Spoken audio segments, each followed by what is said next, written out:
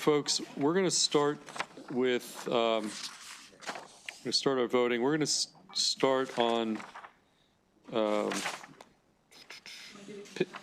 yeah, we have one concurrence. Let's take that up to begin with from Stacy, and then we'll go to the bills. All right.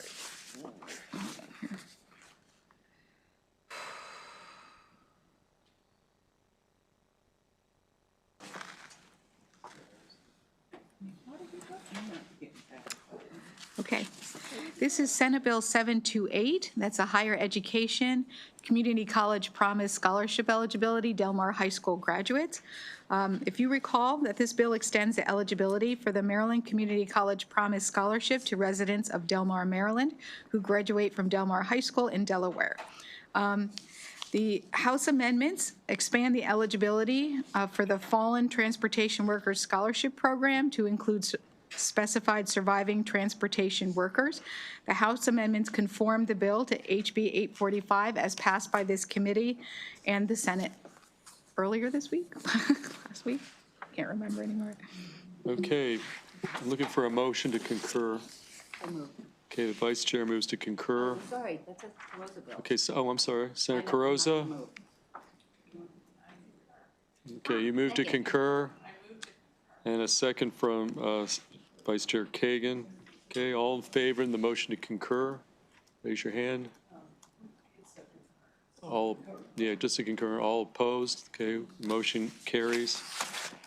Okay, next, I do want to take up a bill that was held yesterday from Chair Corman, House Bill 870. And the bill that came in on the House was largely stricken, and now it's really simply a notification bill of sorts. So I'd like to get this on the radar. So April, just to refresh everybody's memory about HB 870, which is on page 3. Right. House Bill 870, Environment Permit Applications for New Buildings, Notice Large Buildings for Tomorrow Act.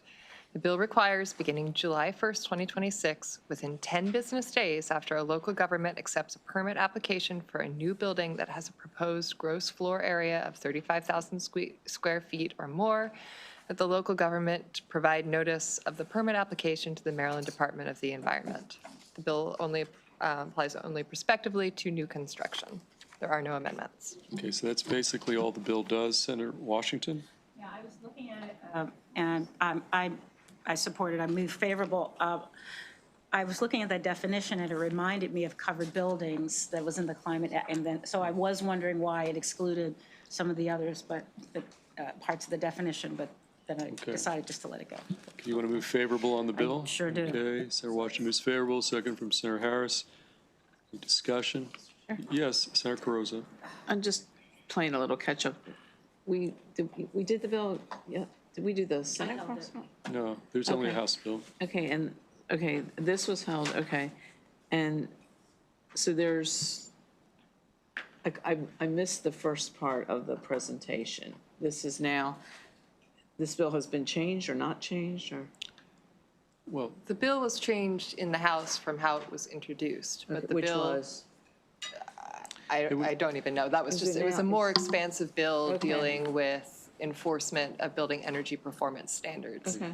The version sent out by the House, which was the version that we had a bill hearing on, is simply a notice requirement. Okay. So it's when a Okay. local That's what I government missed, does I'm it. sorry. it pretty much struck the whole bill in the House and just provides for notice for certain buildings over a certain size.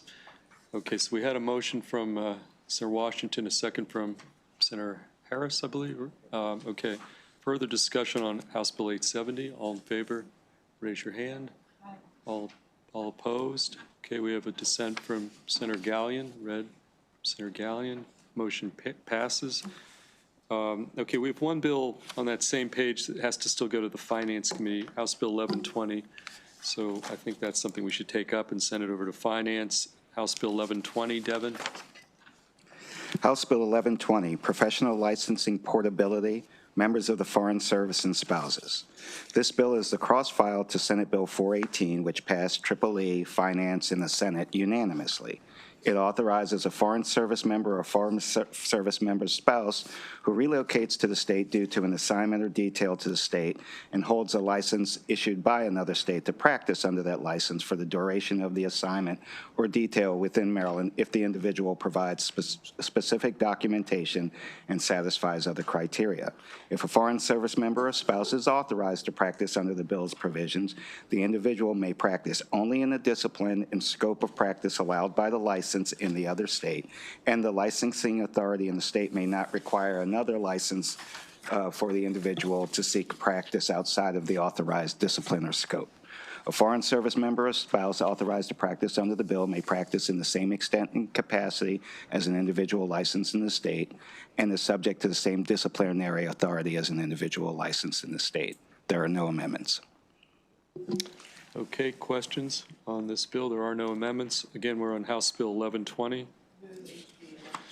Okay, Senator Carrozza moves the bill. Senator Harris, second. No amendments. All in favor of House Bill 1120, raise your hand.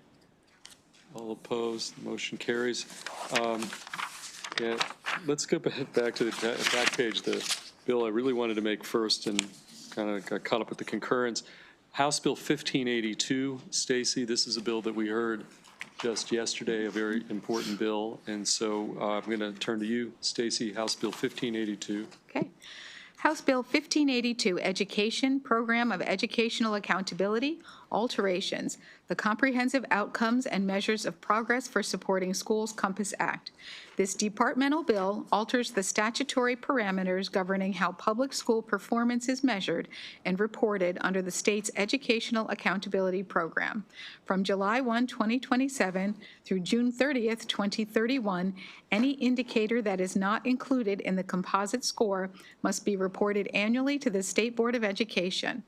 On or before July 1, 2027 through July 1, 2031, MSDE must report to the State Board of Education and the General Assembly on whether specified indicators are not included in the composite score and the correlation between the proportion of students in a school from low-income households and the school's accountability rating under the Education Accountability Program for each of the past 3 years for the school's overall composite score and each indicator used to make up the composite score.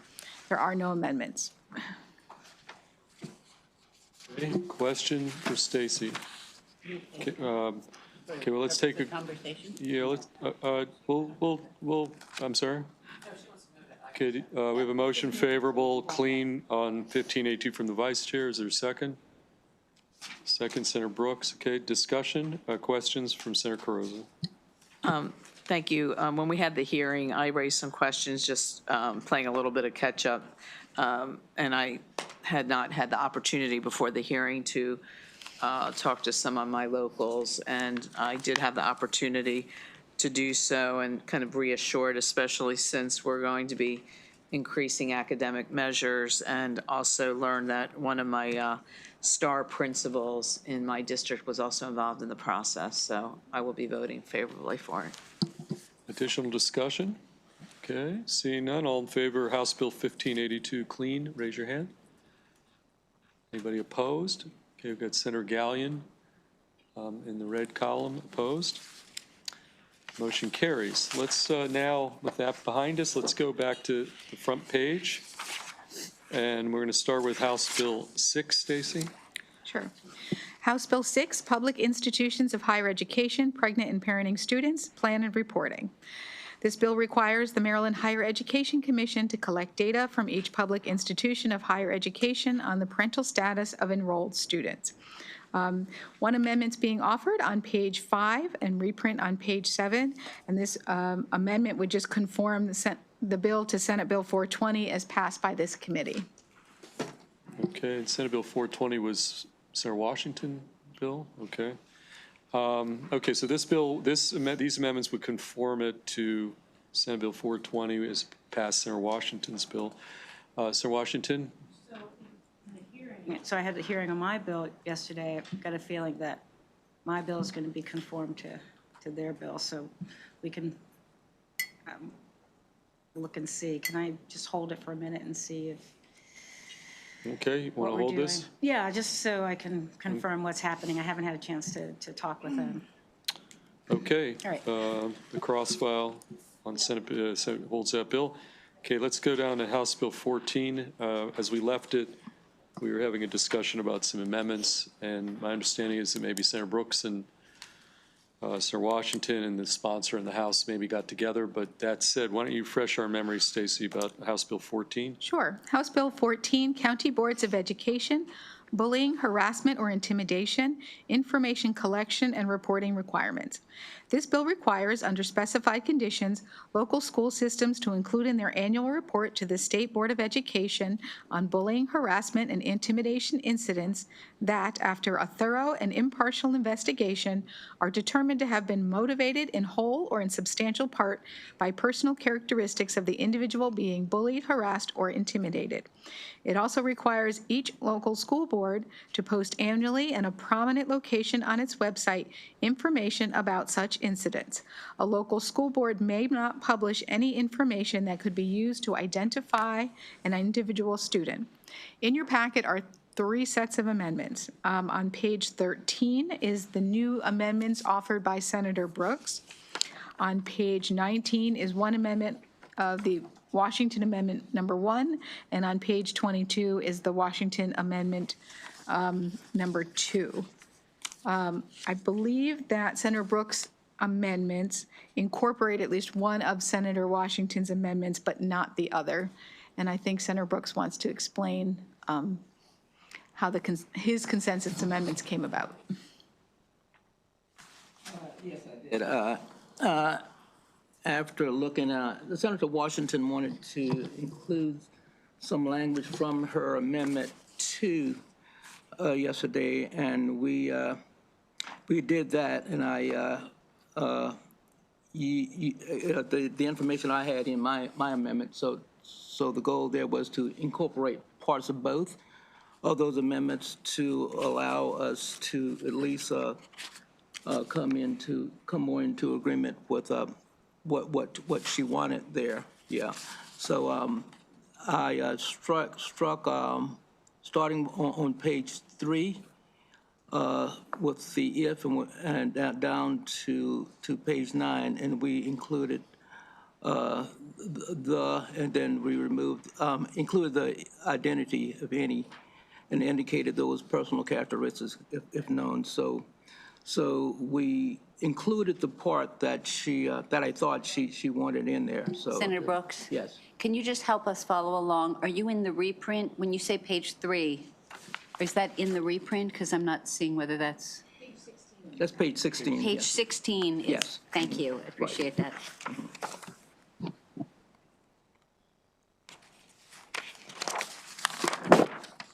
Yeah, so incorporating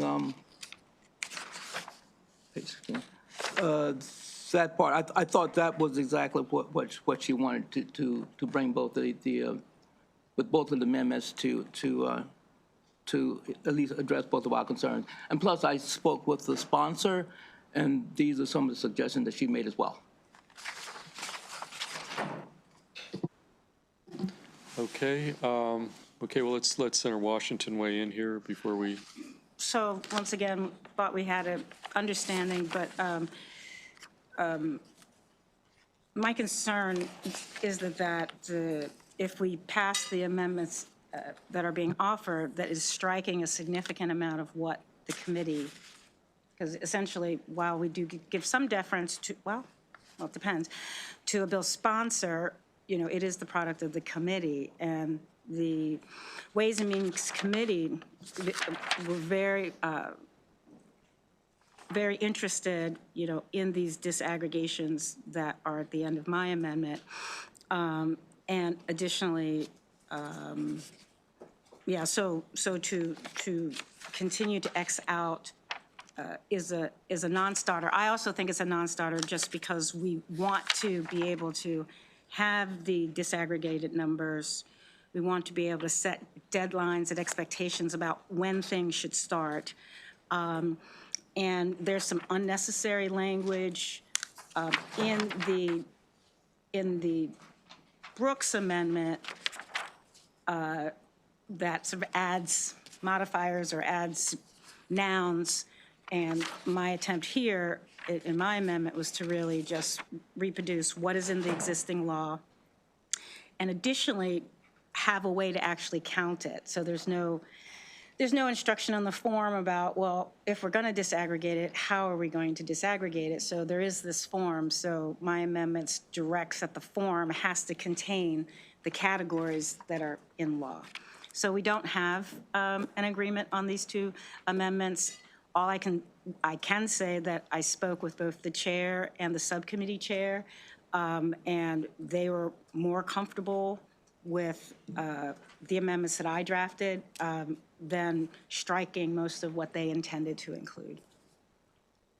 Thought it was going to be kumbaya, but clearly Well, not. so did I, but apparently Okay, it's the here. sponsor that doesn't Let me want propose this, because, okay, let's come back. I want to resolve this, but I don't want to Well, get. I mean, we could send it, they could send it, and Well, it'll come back, or it'll die. I mean, that's... We need to resolve what we're going to send them, so can we just, let's go through this list, and then we're going to definitely come back to HB 14. We're not going to, we have to send them a product that we understand.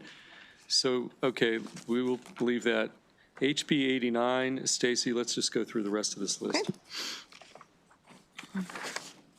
HB 89, Maryland Office of Inspector General for Education, Baltimore County Public Schools, Memorandum of Understanding. This bill requires the Inspector General for Education to pursue a memorandum of understanding with the Baltimore County Inspector General on matters pertaining to the Baltimore County Public Schools.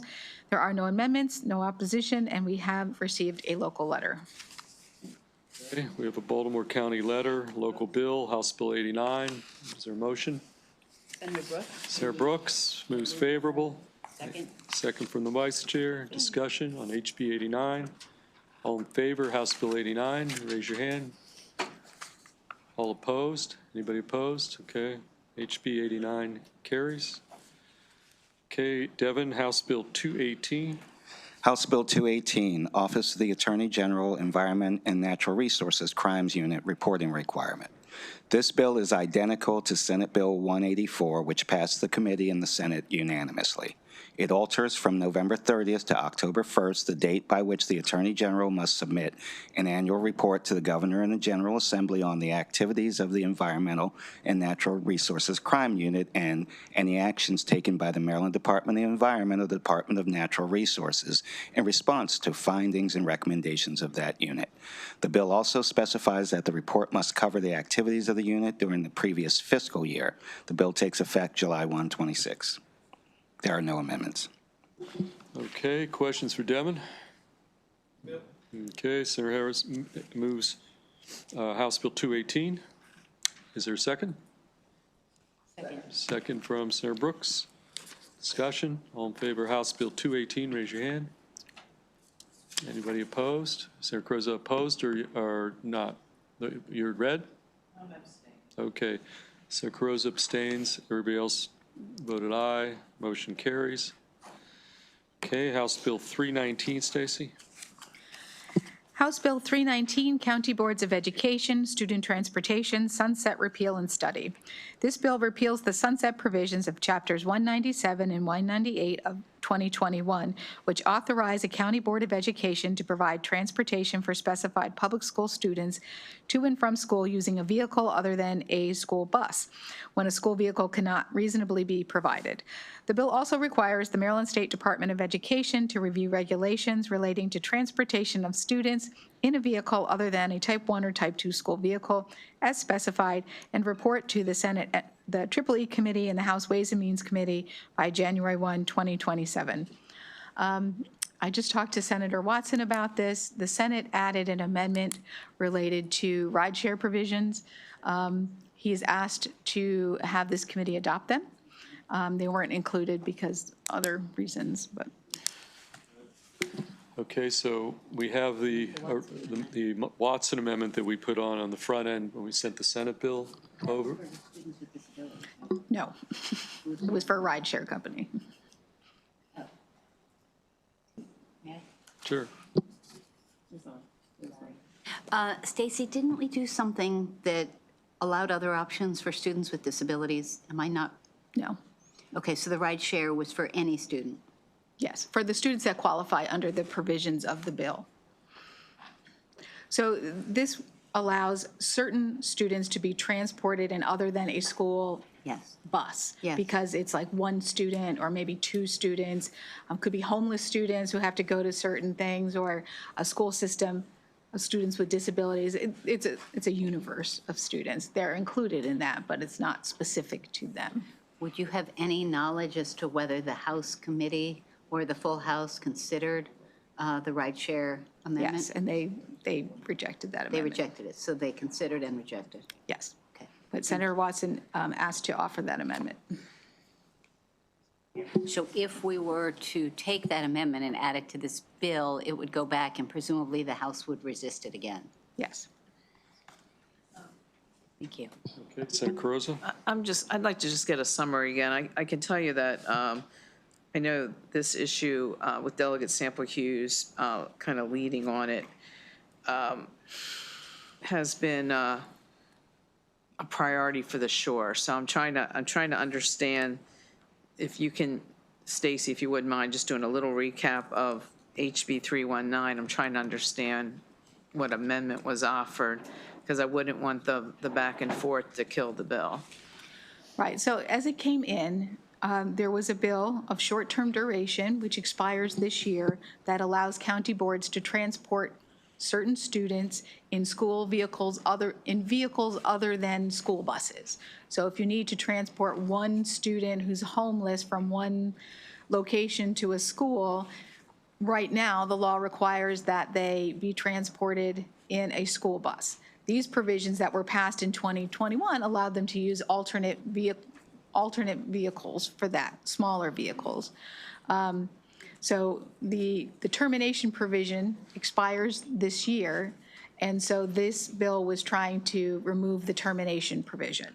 The House added an amendment that required MSDE to review these regulations and then submit a report. This committee added an amendment that required county boards to allow up to 2 students to ride in a ride share. And I'm struggling with because I didn't have the amendment with me. Let me pull up the Senate bill again. And it was contingent on that requirement remains active until the state board reviews the regulations and then acts on, after their review, to do something with the regulations. So that's where currently, that's the current posture. So as the House bill comes in, it does not have that Senate amendment, and Senator Watson has asked to put that amendment back on the House bill.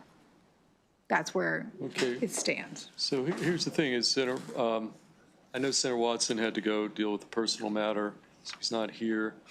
I think this is another one, I mean, I would be inclined to support what Senator Watson would like to do here, but he's not here. If there are questions about that, I'd rather Senator Watson be able to articulate it, unless people are willing to just go with the Senate amendment we put on the first time and just move. But I don't. Mr. Chair? Yes, Madam Vice Chair. What I heard Stacy say is that the Watson amendment could kill the bill or certainly add it back and the House would resist it. Is there a middle ground here, which is if MSDE is going to be writing a report, could we just put language in that they could include in their report a question about ride sharing for rural areas with only 1 or 2 students or something, and that then we would have that information for next year for Senator Watson or whomever to consider. Senator Cardoza, what do you think of that? So it already does that to an extent. So It doesn't in say reviewing that. regulations, the department must examine the requirements for vehicles other than school buses, including whether they arbitrarily distinguish between different operators of a vehicle, different types of vehicles, and the number of passengers reported. Requirements for drivers of vehicles other than those types of vehicles, including whether they adequately ensure drivers are prepared for transporting public school students, and the regulations adopted by the PSC for transportation network operators, rideshare, and whether regulations adopted by the department can be brought into alignment with those regulations. The issue being that drivers for rideshares do not meet the same stringent standards that local boards have for operators of their school bus vehicles. So the Senate amendment had to put additional requirements on these rideshare drivers, including making sure they submit to a background check as required for other school employees, because right now they're not required to have a fingerprint-based national record history check. It's required that they do that. And they have to use vehicles designed to seat no more than 10 people. So there's like a whole bunch of provisions in there in order to bring those into alignment with other safety requirements for student drivers. Senator Hester, again, I'd rather, since we don't have the benefit of having Senator Watson here, he'll be back tomorrow. I don't want to, I feel like it's a little maybe unfair since he made a pitch. So let's hold this till tomorrow. Let's get, we'll talk and let Senator Watson have an opportunity to make his case in person, and I think that would be fair. So let's just keep going. Delegate Lehman bill, House Bill 321. April. House Bill 321, Environment, Synthetic Turf Industry and Disposal Study Deadline Extension. This bill extends the deadline from July 1st, 2026 to January 15th, 2027, by which the Maryland Department of the Environment must submit a specified report relating to synthetic turf to specified committees of the General Assembly. There are no amendments. Okay, we've got no amendments. House Bill 321. Okay, Senator Harris moves the bill on 321. Second from Senator Brooks. Discussion, questions? Okay. All in favor, House Bill 321, clean, raise your hand. All opposed, motion carries. Okay, House Bill 326, I've got a request from a member to hold House Bill 326. Now let's go to House Bill 320. Yes, House Bill 328. Stacy? House Bill 328, Bi-County Commissions, Public Ethics, Financial Disclosure Statements. This bill requires an applicant for appointment as a bi-county commissioner in Prince George's County to submit a paper copy of their financial disclosure statement to the Prince George's County Office of Ethics and Accountability. Further, the bill requires the Chief Administrative Officer of Prince George's County to submit each financial disclosure statement of a commissioner or applicant to the Prince George's County Office of Ethics and Accountability, which must retain the statements for the commissioner's entire term of office or return the original statement and all copies to any applicant who is not appointed. On notification by the Prince George's County Office of Ethics and Accountability that an applicant was not appointed, the State Ethics Commission must promptly delete the financial disclosure statement electronically filed by the applicant. Finally, the Prince George's County Office of Ethics and Accountability must require that any person examining or copying a financial disclosure statement record their name, home address, and the name of the individual whose statement was examined or copied. I think it must say redact rather than record. There are no amendments, there was no opposition, and there is local letters. Prince George's Montgomery County bill. Okay, Senator Harris moves House Bill 328. Vice Chair second. Discussion, all in favor of House Bill 328 from Montgomery Prince George's, raise your hand. Opposed, motion carries.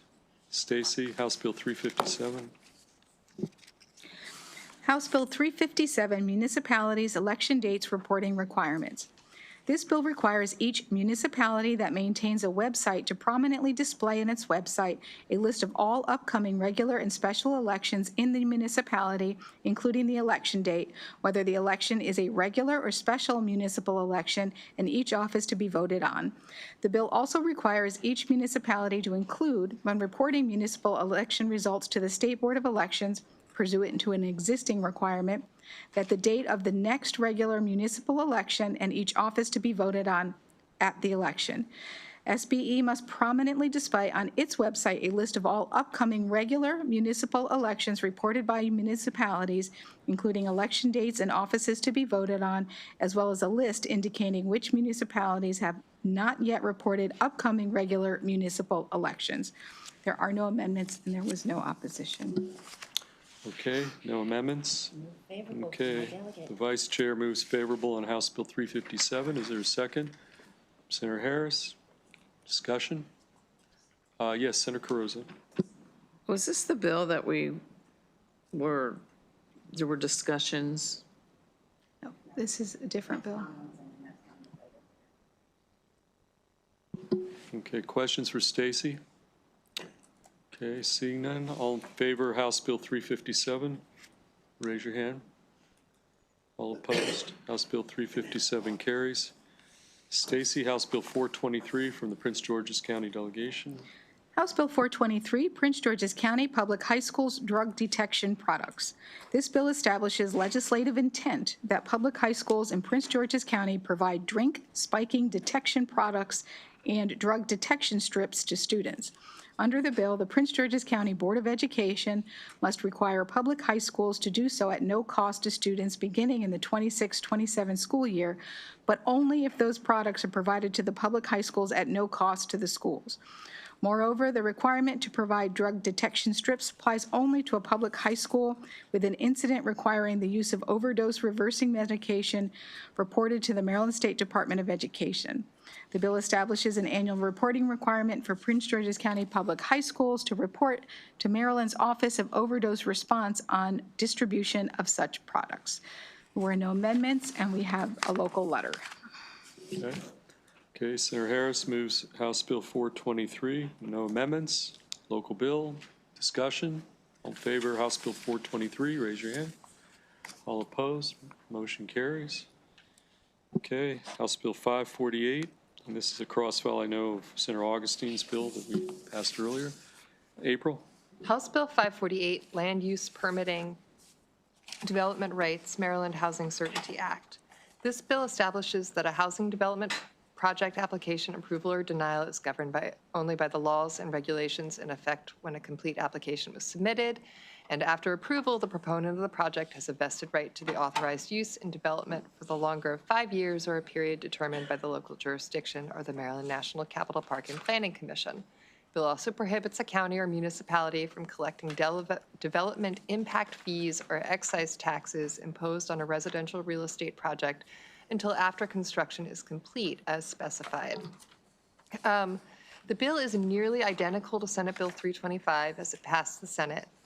The only differences appear in the section on the timing of tax and fee collections. So as you may recall, the Senate struck references to surcharges and the House left those in. Additionally, the House bill includes an exemption for the collection of a development excise tax or development impact fee that was imposed to finance a county debt that was incurred on or before January 1st, 2026. This is basically to accommodate counties that have bonded some of those taxes and fees already and feel that they need to be able to collect them in the manner that they were anticipating so that those bonds kind of stay sound. Additionally, the House plans to adopt additional clarifying amendments to strike references to taxes and fees imposed under the authority granted in this title. In some instances, those taxes and fees are actually imposed under the public local laws, and the definition clearly encompasses those, so that those phrases were just sort of in conflict with that, so that's simply a clarifying amendment.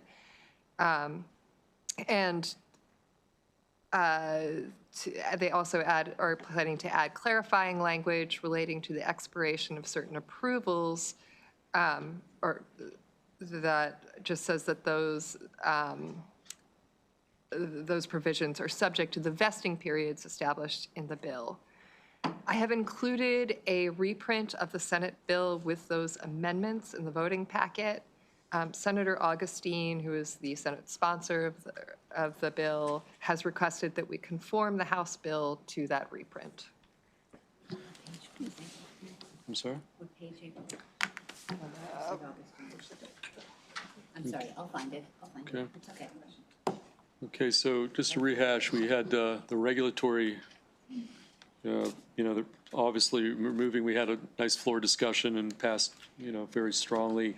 Again, removing some, we have a shortfall of housing, and this is one of the biggest obstacles, if you recall, was we have a lot of regulatory uncertainty in this state in dealing with vesting rights and that type of thing, and this was an attempt to address that. and I think it did a pretty good job, which is why it passed out of here, I think not unanimously, I think it was 8-2, but Right, and so the reprint begins on page 24 of the voting packet. And the sort of the most substantive changes are on page 33, and I've actually sort of put little arrows next to the language that's a little bit different. Okay, any questions for April about these adjustments to the Augustine bill that we passed previously earlier in session with some some modifications? Senator Kagan. Just clarifying, Mr. Chair, what I think I heard April say is that we're going to amend the House to look like the Senate bill. Correct. Okay, Right. so this reprint- We would need to, somebody would need to move amendments to conform Thank you. the House bill to this version of the Senate bill in the voting packet. Okay. So moved. Okay, everybody understand? So, right, so the first thing we're going to do is conform the Senate bill to what the House bill looks like. The House bill to what the- the House is passing on the Senate bill. Correct. I had it backward, okay. Okay, everybody understand that? Okay. Is there a motion to do that, conforming in that way? Vice Chair did the motion. Senator Harris, discussion? Okay, all in favor of the motion to do that conforming mechanism, raise your hand. All opposed? Okay, the motions are carries. Okay, do we have to, And then move the bill. now we have to move the bill? Okay, we've got House Bill 548 before us. Favorable as amended. Okay, we have a motion favorable as amended on House Bill 548. Discussion? Okay, all in favor of House Bill 548 as amended, raise your hand. All opposed? We've got Simon Ayer, Carrozza, and Gallion. And so that motion does carry. Okay, let's go to, So there's actually one that was missed on that list. I'm sorry? Lemuria sent out a revised list. House Bill 613 is next. Okay, House Bill 613, I didn't get that update. House Bill 613, April? Okay. House Bill 613, Department of the Environment waivers for living shorelines and non-structural shoreline stabilization measures, regulations, and scoring systems. This bill was omitted in the original version of the voting list that was sent out, but was in the revised one that Lemuria sent right before the voting session. So it's House Bill 613. And amendments are actually included in the voting packet, so this is administrative error on my part.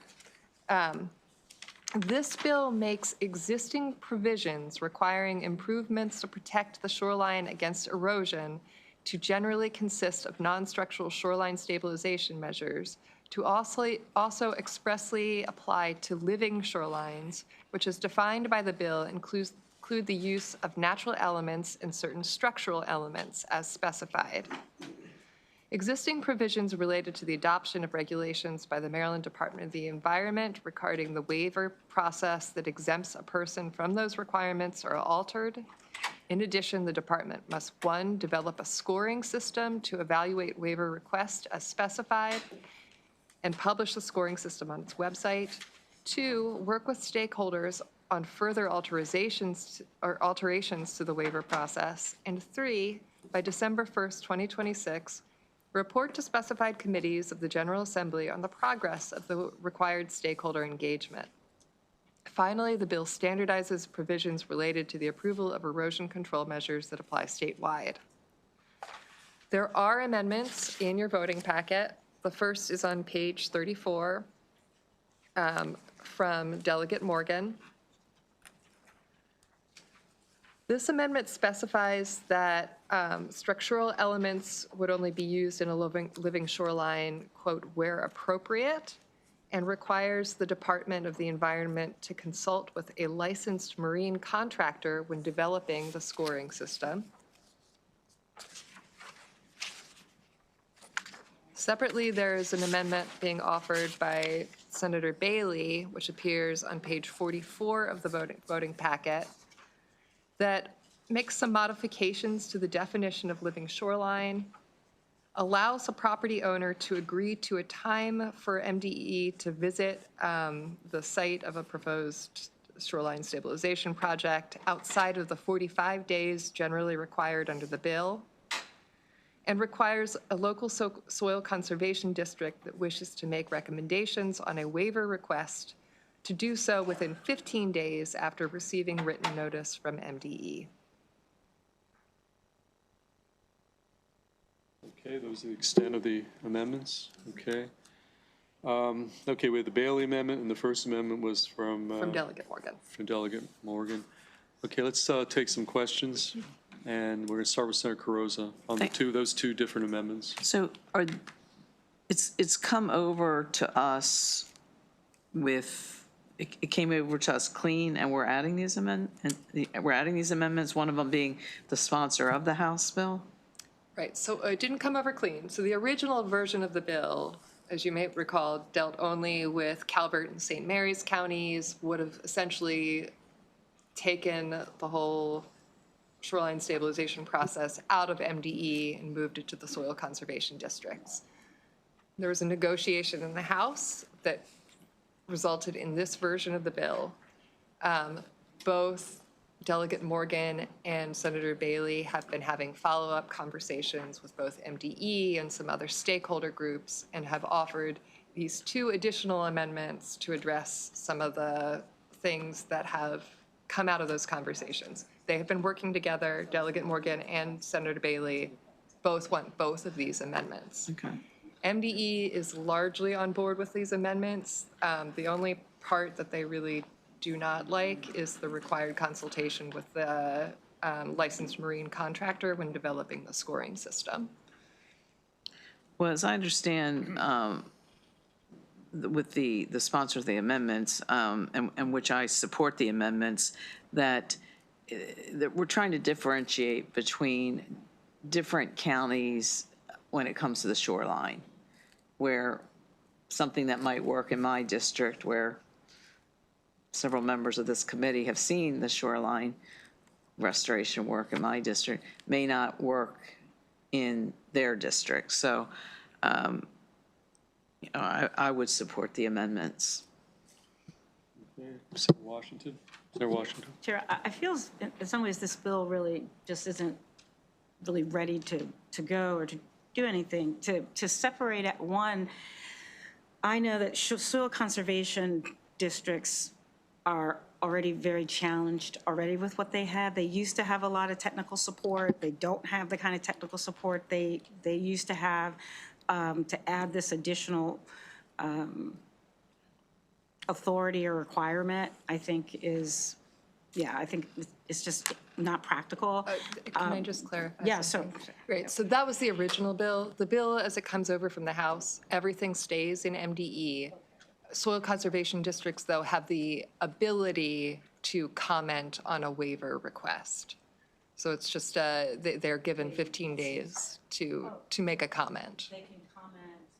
So when this is the current process right now is the default in the state is if you want to do any sort of shoreline, if you have an erosion problem on waterfront property, state law right now says that the default is you have to use non-structural shoreline stabilization measures. There's a waiver process if that's not suitable for the site.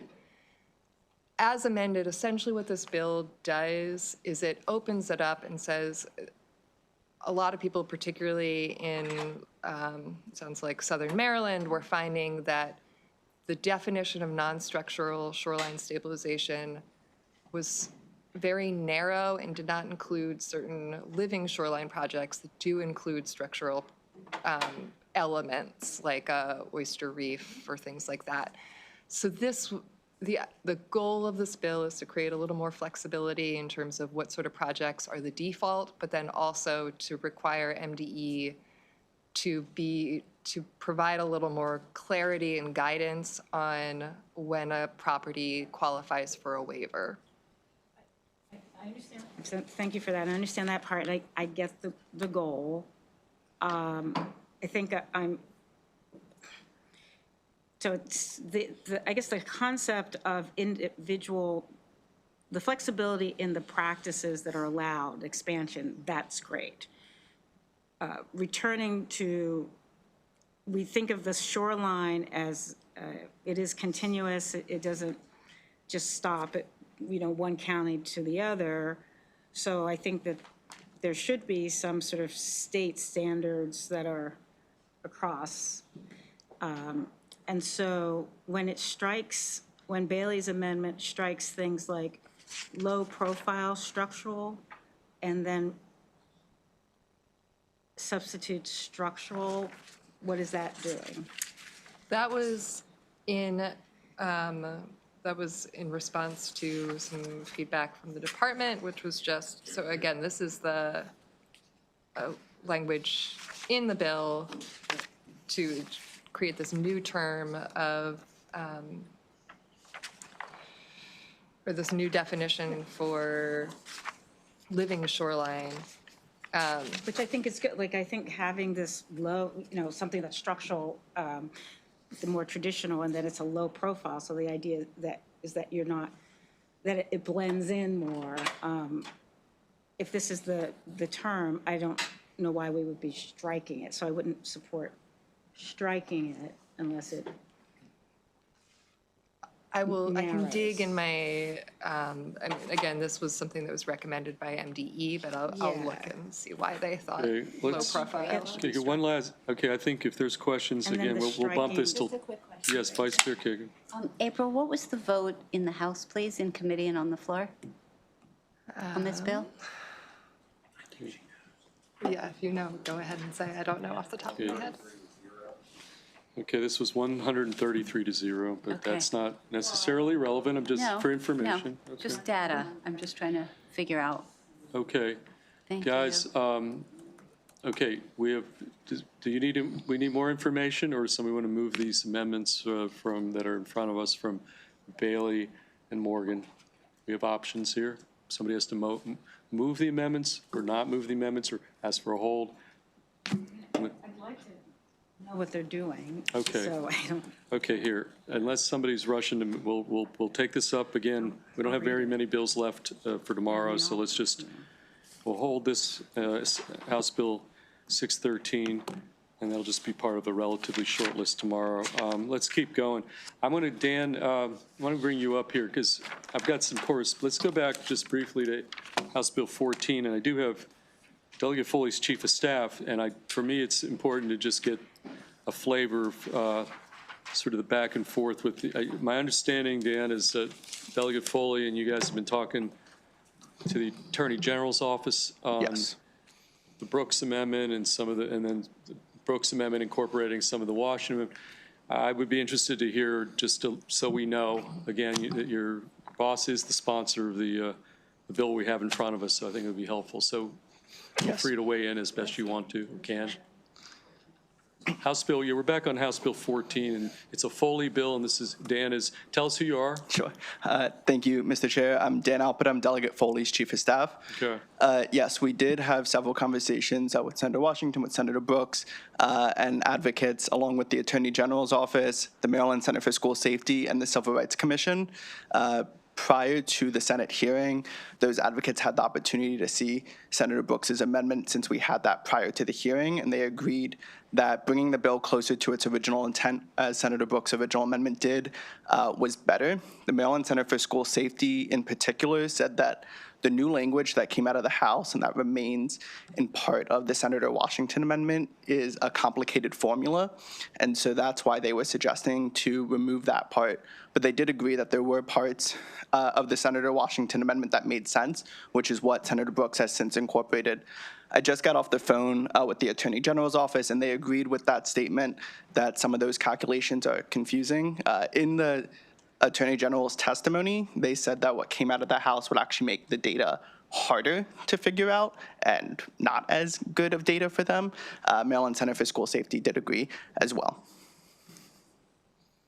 Okay, Vice Chair Kagan, you had a comment on just focusing on the Brooks Amendment for a second. Dan, thank you, and I have to give a shout out to Jordan Loring, also on Delegate Foley's staff, and 2 years in my office. So, Dan, I don't know if you have a copy of of our packet, or, yeah, Stacy will run one. Thank you, Stacy. On page 19, there is one part of the Senator Washington Amendment number 1 that speaks to what I was talking about yesterday with Senator Brooks. The "in that group," I just didn't like the "in that group." I just thought it was imprecise and could be abused. On page 19, line 1, 2, 3, 4, 5, lines 6 and 7, strike "in that group" and substitute, quote, "with those personal characteristics." To me, that makes it about race, religion, gender, sexual orientation, anything like that, and seems a little more precise. And council has advised, I don't want to speak for council. Does that cause any concern for you? Do you have any objections or concerns? You, Senator Brooks, advocates? Does anyone have any concerns about that? No, Vice Chair, and that is correct, that is language that we took from the Senator Washington Amendment. On page 17, it references line 23 on page 17 references subsection A2 Roman numeral 1, which specifies more clearly, which is, I believe, what you're getting at, Vice Chair, to clarify a bit more on those subcategories that exist. It's actually not. It's actually not. So lines 23 through 28, that was some places where that group was taken out in 2 places. But on line 23, it's still in there. And that's where I'm suggesting that instead we take just part of the Senator Washington Amendment and just say "with those personal characteristics."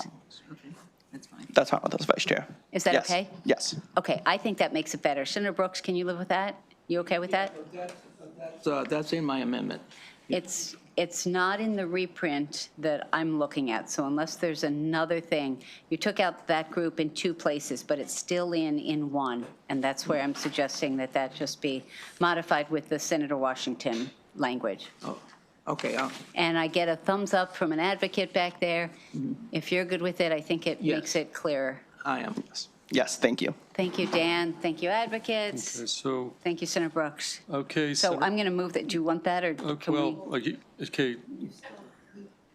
Okay, before we move, what I think is going to be the Brooks Amendment with incorporating some of this modified Senator Washington language, Senator Washington, and then We have still struck 2 very important things that I think are helpful, as well as what the House committee, was interested in.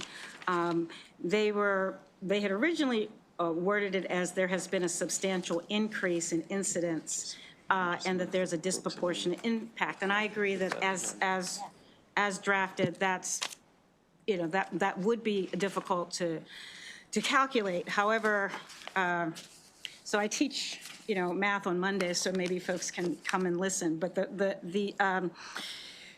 the calculations are not difficult. So the idea of disaggregating, they're very interested in the disaggregate. I mean, they were saying it was too complicated, et cetera, so I just wanted to clarify that. My understanding is the goal is that we want to understand, we collect all of this information, and we want to be able to disaggregate, take it apart. So there's nowhere where it really specifies and says that we want different totals for the different categories. So that's what, what my amendment does on page 20. And also, it gives a date, a year from now, to start doing some longitudinal counting of what's happening, which I think gets at what the committee was trying to do with their second item, and looking at change over time. And then the third would be just looking at each of the different groups and over time and see if some groups we're doing better at reducing bullying or it's staying the same. That's all. That's what this disproportionate incident rate, is. It's taking the total number of people, of reports in that category in year 1, year 2, putting the numerator of the number there, dividing it over time. Like that's and I know for sure that the analysts in those agencies can do that overnight. Like there would not be any problem at all for them to do that. So I do think that, again, I talked with the subcommittee chair, I spoke with the chair of the committee. They are very interested and believe that it's of value to have data over time and data that compares how we're doing in the different classifications over time. So we could take the first part of the amendment, of the Brooks amendment, and then add the second part that talks about disaggregating the personal characteristics. Okay. We're short 3 senators, so I'm a little bit reluctant to just roll it with missing 3 senators. So, Fine, I'm just- okay. Thank you, Dan. I appreciate it for your information. Again, we're a little short on the vote count here. I don't want to take a vote on these amendments without having at least a few more senators, at least one more senator. Okay, so we're going to come back to this again. Let's go back to the master list. I thought we were going to get some clarity. Okay, we're on House Bill. Okay, let's go to House Bill 833. Delegate Boyce, April. House Bill 833, Commission to Advance Lithium-Ion Battery Safety in Maryland. This bill reestablishes the Commission to Advance Lithium-Ion Battery Safety in Maryland. The bill is nearly identical to Senate Bill 553 as unanimously passed by this committee. However, the House did add a member of the Maryland Turfgrass Council to the Commission. I will note that the House is moving Senate Bill 553, which is that cross-file with that addition. Okay. Sorry. Okay, yes, so yes, come on. I'm sorry? Senator Yeah, Augustine. Senator Augustine. He is fine with the additional member. Yeah, I mean, we're talking about a commission. Okay, let me just be clear. We're talking about a commission. We had a discussion about who to add. We took one, they had one, we had one. Now that they're kind of both there, we had a little debate. At this point, a member of the commission, I don't think it's worth killing the commission membership bill, and that's just my 2 cents, but Senator Carrozza? I support adding that. Okay, so it'd be a straight favorable. Okay, so this will be a straight favorable if we want to just do what I just described on House Bill 833. Okay, Senator Harris moves the bill clean on 833. Senator Carrozza, discussion, all in favor of House Bill 833 clean, raise your hand. All opposed? Okay, motion carries. House Bill 866, Devin, Delegate Kaufman. House Bill 866, Work Group for the Deaf, Deafblind, and Hard of Hearing extension. This bill extends the termination date of the work group for the deaf, deafblind, and hard of hearing from June 30, 2026 to December 31st, 2028. By December 1, 2028, the work group must submit a report of its findings and recommendations to the Governor and General Assembly. The bill takes effect July 1, 26. There are no amendments. Okay, we've got a motion favorable from the Vice Chair. Any second? Second from Senator Carrozza. All in favor of House Bill 866, raise your hand. All opposed, motion carries. Let's go to page 3. And we already took care of 870, so House Bill 1025, Devin. House Bill 1025, State Board of Cosmetologists, licensing eyelash extensions. This bill repeals the option for an applicant for a limited license to provide eyelash extension services to qualify for a license only by passing a practical and written examination administered by the board, instead of completing specified training.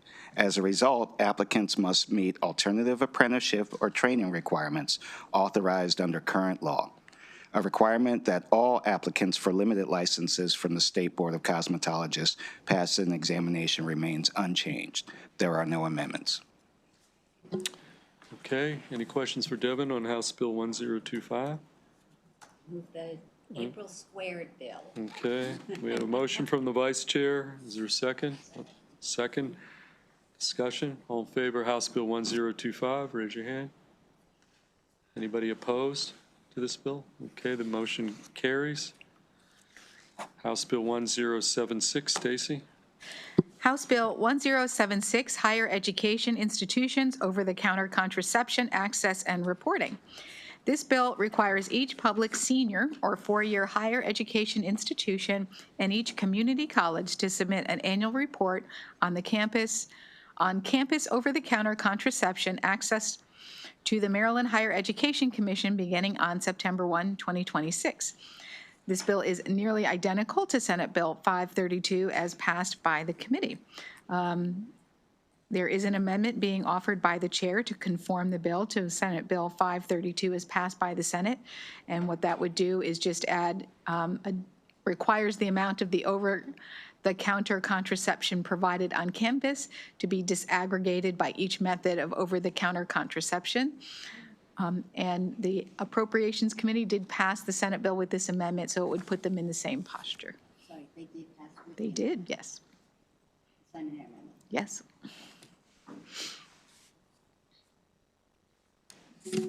Okay, so we've got, you're the cross-file, right? So, So Okay. move to conform. okay, so we have a motion from the sponsor of the cross-file bill to conform the bill. And okay, any discussion further on this? Okay, so we have House Bill 1076. Do we have to, as amended? Or Yes, as okay, let's amended. take up the amendment. Motion from the vice chair on the amendment. Second from Senator Washington. All in favor of the amendment, raise your hand. All opposed?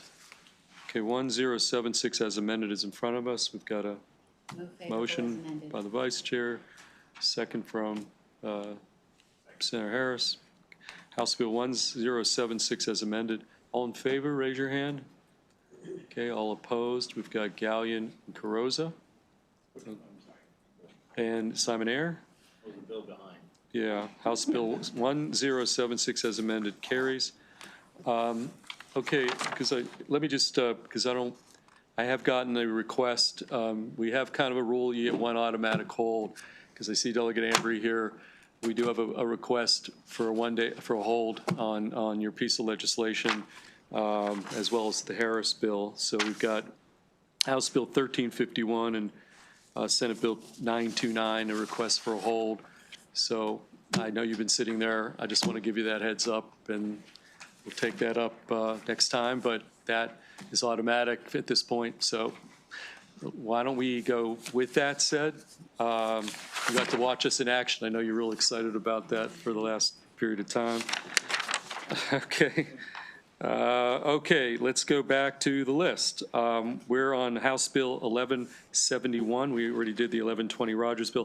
1171 from the Howard County delegation. House Bill 1171, Howard County Board of Education, student member voting. This bill expands the matters on which the student member of the Howard County Board of Education can vote to include geographic attendance areas, acquisition and disposition of real property, and matters relating to school construction, donations, condemnation, consolidation of schools and transportation of students, budgetary matters, and student suspension and expulsion. There's no amendments, and there's a local letter. Okay, we have a Howard County delegation bill. Move favorable. Okay, Senator Hester moves favorable, second from the vice chair. House Bill 1171, all in favor, raise your hand. Anybody opposed to the local delegation bill? No, that is unanimous. That bill motion carries. House Bill 1178, emergency bill. Stacy. House Bill 1178, Municipalities Annexation Limitations. This emergency bill prohibits a municipality from annexing land that is located in a different legislative district than a legislative district in which all or part of the municipality is located without first notifying the members of the General Assembly for the district in which the land is located. After an annexation resolution is introduced, the municipality must provide written notice via electronic communication and the United States Postal Service to the members of the General Assembly for the district in which the land is located. I will note that MML suggested an amendment to, as a technical one, to move this provision from its from Section 441 to 4406 with other notice provisions, but it has a bit of an issue and the committee's decision on whether it goes forward. If the provision gets moved, then it's a straight-up notice provision, meaning that the municipality has to send a notice to the representatives about the decision, but it would no longer prohibit a municipality from annexing the land unless they sent the notice. So it's a tiny thing. I talked to MML. He said that they would interpret that as the same thing, as that if they went forward with the annexation without sending the notice, that it could have the same effect, but I'm not certain. So it's up to the committee to decide whether they wish to take that amendment or not. Yeah, that's totally, I'm just texting. Yeah, let's, that one's, I mean, that's an important policy call. Let's make sure we really get the implications. So let's hold 1178. Okay, let's next go to House Bill 1239 from Delegate Kaiser. And that is you, Devin. House Bill 1239, Public Safety Critical Infrastructure Protection. This bill is the cross-file to Senate Bill 825, which passed the Senate unanimously. It establishes a critical infrastructure protection branch in the Maryland Coordination and Analysis Center to identify current and potential threats to the state's critical infrastructure and prioritize the state's critical infrastructure assets. The executive director of the center must appoint a chief critical infrastructure officer for the branch, and the Maryland Department of Emergency Management must coordinate consequence management efforts and respond to cascading impacts of an attack on the state's critical infrastructure. The Department of Information Technology, in consultation with the center, must allow the owner or operator of critical infrastructure to become a member of the Maryland Information Sharing and Analysis Center, provide up-to-date cybersecurity reporting standards to an owner or operator of critical infrastructure, and finally, direct critical infrastructure cybersecurity efforts across the units of state government. The bill takes effect July 1, 2026. Okay, Senator Hester, this is a cross-file of your bill. Okay, the cross-file sponsor moves favorable. Any second from the vice chair? Discussion or questions for Senator Hester? Devin? Okay. All in favor of House Bill 1239, raise your hand. All opposed? That motion carries unanimously. House Bill 1257, Stacy, from Baltimore County East Delegation. House Bill 1257, Baltimore County Board of Education Financial Reporting Requirements. This bill requires the Baltimore County Board of Education to provide, in a publicly available online format, historical budget data from the 3 previous fiscal years, vendor contract awards from the current fiscal year and the previous fiscal year, school-level enrollment data from the current fiscal year, quarterly reports with current monthly expenditures compared to the annual budget, and the status of all capital improvement projects, current spending, and projection competition dates. There are no amendments, and the committee received a local letter. Okay, is there a Baltimore County senator here who would like to move the bill? I have an update on that. So Okay. the Senate delegation is sending a letter requesting that information, and instead of passing the bill. So if you could hold the bill indefinitely, but we've sent, during our deliberations, we received information that the school district had not responded to the bill sponsor's request for information, and it turns out that there may have been a miscommunication around that. So we thought that giving the letter, and so we all signed that letter today, and we'll be sending that letter instead of the bill. Anything you want to add, Senator Brooks from Baltimore County? Or? Yeah, Okay. we talked with the superintendent, she's confirmed that she never received that information. Okay. Okay, Stacy, let's just hold that for a while. Okay. Okay, let's go down to House Bill 1269, 1259 from Delegate Feldmar. House Bill 1259, zoning authorities, operation of family child care homes, prohibitions and requirements. This bill specifies that a local jurisdiction, by local ordinance, resolution, law, or rule, may not deny or restrict the operation of a family child care home or a large family child care home that meets the licensing requirements established by the Maryland State Department of Education, and 2, must designate the operation of a family child care home or large family child care home as a residential activity and a permitted use under residential zoning requirements. There is one amendment offered in your packet. You can find that on page 68 with the reprint on page 69. So what this amendment does is provides that a local jurisdiction may not deny or restrict the specified family child care homes that meet the licensing requirements and are located at least a quarter mile from the nearest family child care home or the large family child care home, so that there's some distance between the homes. There was some concern about parking restrictions, play areas and whatnot. So this was thought to mitigate some of those concerns. Okay, questions for Stacy? Are there, I'm sorry, no amendments? Yes, those were amendments. I'm sorry, those were the amendments, my apologies. Yeah, question from the Vice Chair?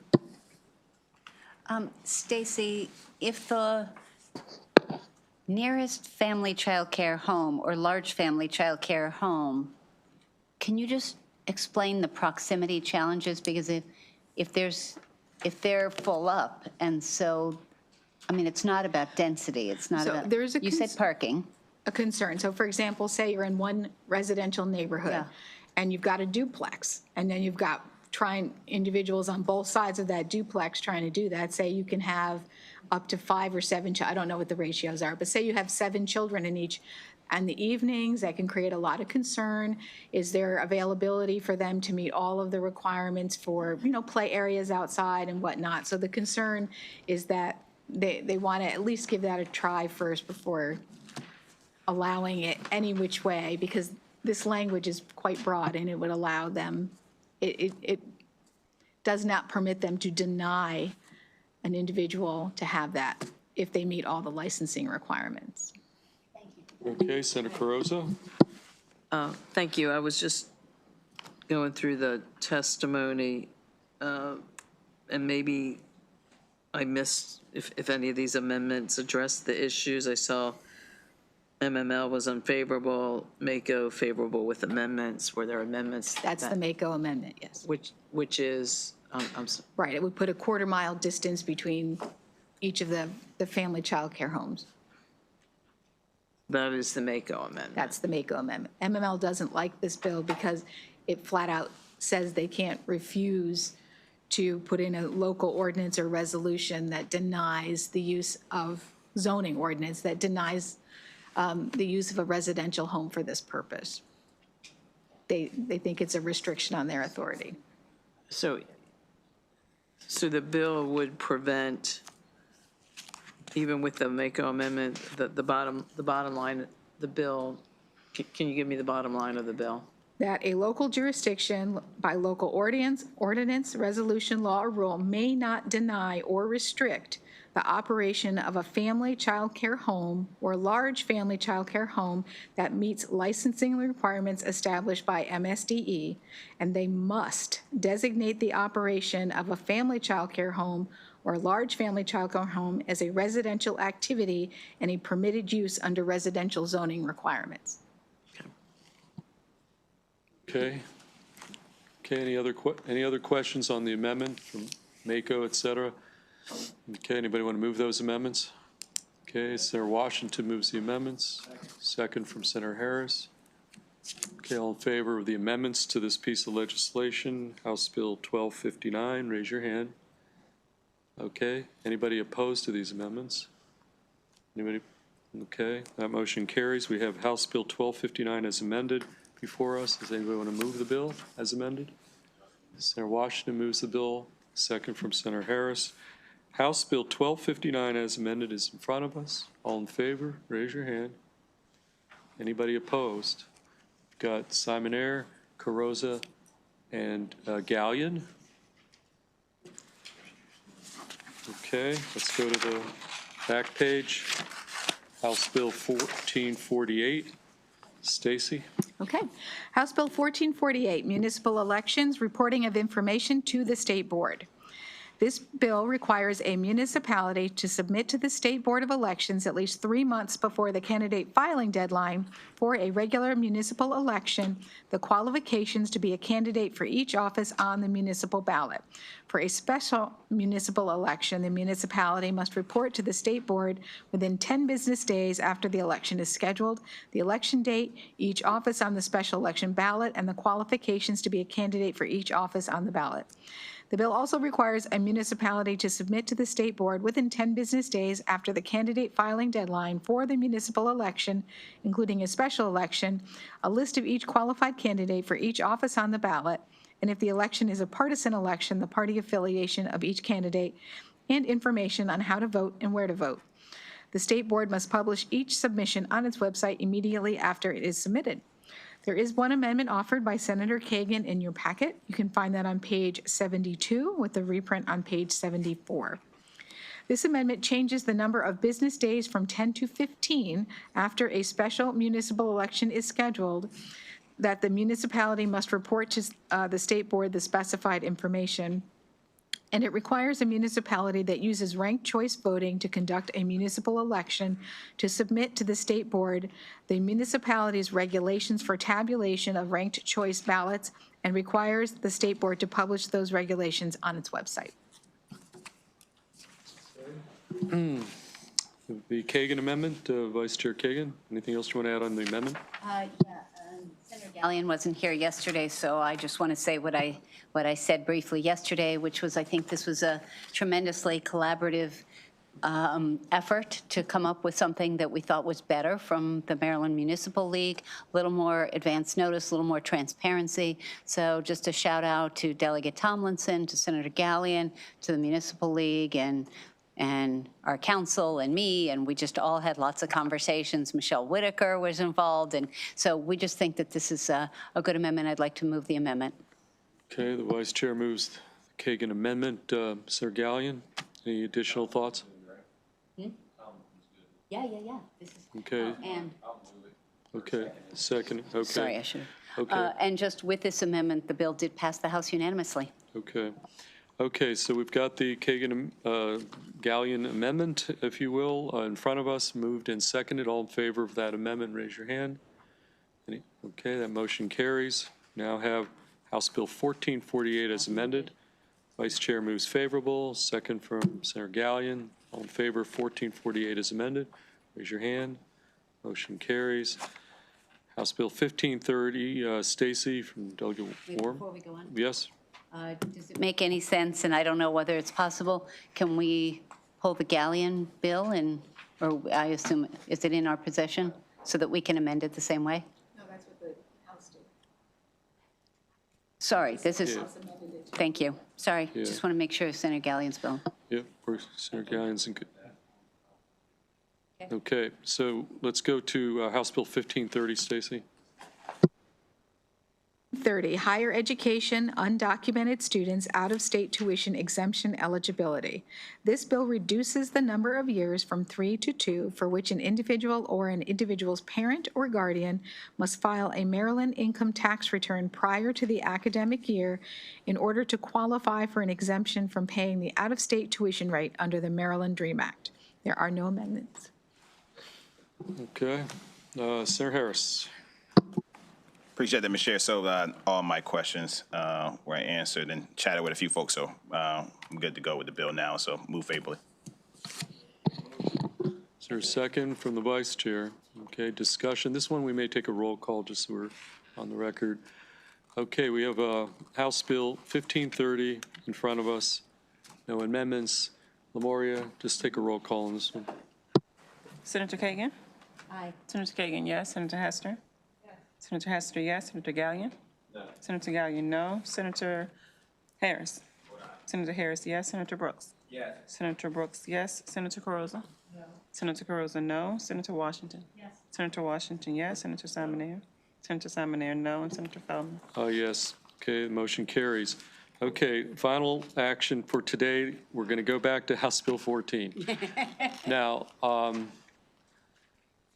obviously, I'll just give a commentary, and then, it appears, at least from the House perspective, at least from Chief of Staff Alpert, I mean, that there seems to be a preference for the Brooks Amendment with the Washington incorporated language as modified by the Vice Chair's suggestion. So I really don't want to put at risk this bill. We know that that amendment will pass muster on the House side, I think. You can, yeah, absolutely. I'm just putting it out there. No, is the House Ways and Means Committee is okay with it, or is it the House sponsor? My understanding, Dan, here, come back up. I was representing that the sponsor is not on the Ways and Means Committee, correct? Have there been any conversations with Ways and Means about this? Have they been incorporated in the conversation? Just, I don't want there to be any miscommunication.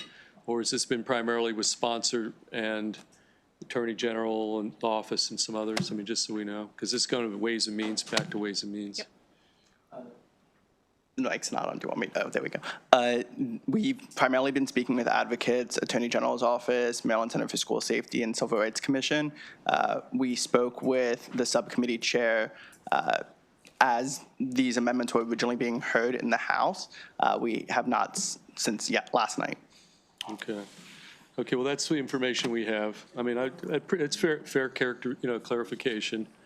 Okay, that said, I'd like to send something back to the House and not languish with the bill too much longer. Would you like to move the Brooks Amendment?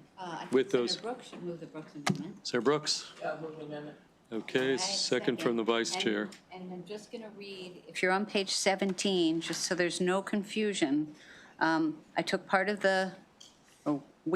of the Senator Washington Amendment on line 23 of the reprint, subsection A2, I1 of this section, of members with those personal characteristics, rather than of a particular group, with those personal characteristics. Okay, and then let me also add, before we take a vote on them, but I also will say, between now and we go to the floor, I leave open the idea of some floor amendment that made some additional changes so that we can still work on it. I just want to get it out of the committee at this point. So all in favor of the Brooks Amendment as described by the Vice Chair, raise your hand.